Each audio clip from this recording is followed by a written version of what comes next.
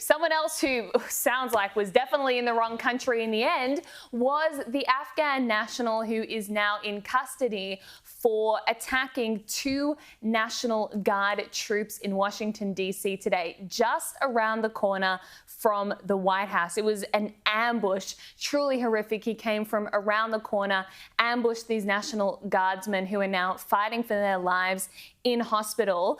This is Trump talking about how they are confident the suspect is a foreigner.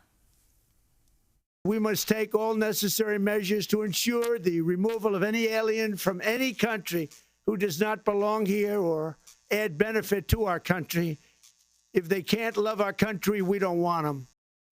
Now, it's interesting because this alleged attacker came to the US in 2021 under the Biden administration as someone who was brought over because apparently he worked with US forces in Afghanistan. But at the time, Trump raised concerns. How are these people being vetted? Because in Afghanistan, there aren't many resources to vet them. How do we really know who these people are? How many of them have links to terrorism? Let's take you back to 2021. Here was Donald Trump. I think he predicted this exact moment. These aren't the interpreters that we taught. These were people that rushed into the planes. And they were so interested in trying to make it sound like, oh, they're doing a good job. These people, many of these people are going to be terrorists, okay? They're going to be terrorists. They were very powerful. They were very energetic in getting onto the aircraft. They say they're vetting them very carefully with biometrics and documentation. They're not doing that, and you can't because there is no documentation. And here he's talking about, you'll remember those iconic scenes when the US aircraft were leaving Kabul airport and you just had thousands of Afghans rushing to get on the planes.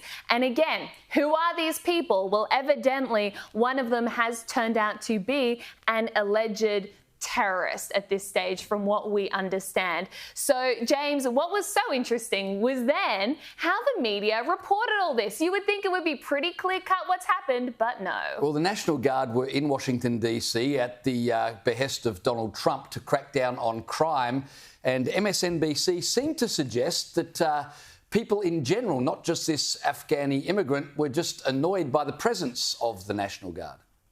So much controversy happening in the United States right now with ICE, who are also wearing uniforms and wearing masks, and so there's you don't know people walking around with uniforms in an American city. There are some Americans that might object to that, and so apparently this shooting has happened. It was just an American objecting to the presence of the National Guard, so he shot a few.